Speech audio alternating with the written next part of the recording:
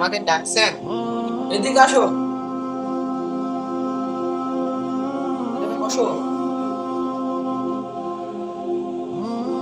তুমি কিভাবে নামাজ পড়লে? এই নামাজ পড়লে তো পাপ হবে। তুমি কি নামাজের নিয়মগুলো জানো? না, জানো? সেটা বলতে পারো? হুজুর, আমি তো সূরা পড়তে পারি না, যেটুকু পারি ওইভাবে করে চলে গেলাম। আর দুইটুকু পারি না। তুমি নামাজ পড়তে পারো না, তুমি জানো না? এত জানো আসলে গুনাহ হয়তো। এই নামাজ আল্লাহর কাছে পৌঁছায় না গো, আসমানে ঝুলে থাকে। নামাজ পড়তে হবে ধীরে ধীরে, নবীর সুন্নাত অনুসরণ করে। নবী যেভাবে নামাজ পড়েছে আমাদেরকে সেভাবে নামাজ পড়তে হবে। আজকে থেকে ঈশার পর নামাজ শেষ করে আমাদের সূরা কোরআন শরীফ, নামাজের দোয়া সব শিখে নিই। জি হুজুর, ইনশাআল্লাহ আজকে থেকে দেখে আসি সবকিছু। ওই দেখো, মসজিদে টাইলস লাগানো আসছে। তুমি যদি কিছু দান খয়রাত করতে চাও, করো, করতে পারো। হুজুর, দান করলে কি সওয়াব হবে?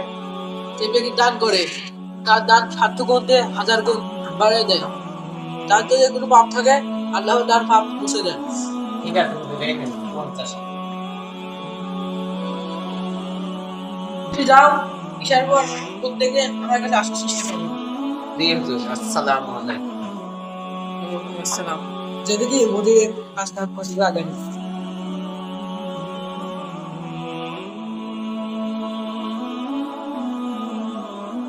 আচ্ছা, কাজটার কি অবস্থা?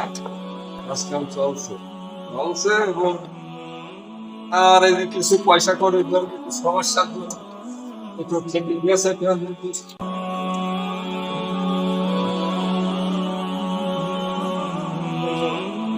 হট করে রাস্তা কিছু কাল পাচ্ছে আছে আর পাইতেছে চিন্তা নাই, কাম থামবে না। আজকে আমি প্রতি জুম্মায় দান সালাত করার জন্য বলবো। লোক বেশি বেশি করে দান করে কাজটা দিয়ে উচিত হয়ে যায় রমজানের আগে। এই মসজিদে কিছু কাজ কমিটি আর পাইতেছে না শুধু এলাকার লোক উদ্যোগ নিয়ে কিছু আর কিছু পয়সা দিয়ে ম্যানেজ করতে তাহলে কাজটা রমজানের আগে হয়ে যায় সম্ভব হচ্ছে না। আপনারা সবাই মিলে কাজ সামনে একটু চেষ্টা করবেন দেওয়ার জন্য তারপরে ধরুন নাই তারপরে হচ্ছে আপনারা একটু দেওয়ার চেষ্টা করবেন।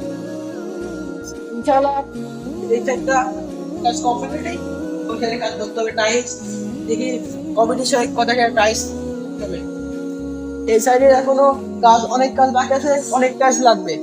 আমাদের কাছে এখন টাকা নাই। আজকে জুম্মার দিনে দেখি বেশি বেশি করে লোকে দান না করলে তো আমরা টাকা পাবো না। মসজিদের কমিটি পারে হচ্ছে না গো। আর একটু কাজ হয়ে গেলে রমজান আগে কাজ শেষ হলে মসজিদটা দেখতে সুন্দর লাগবে।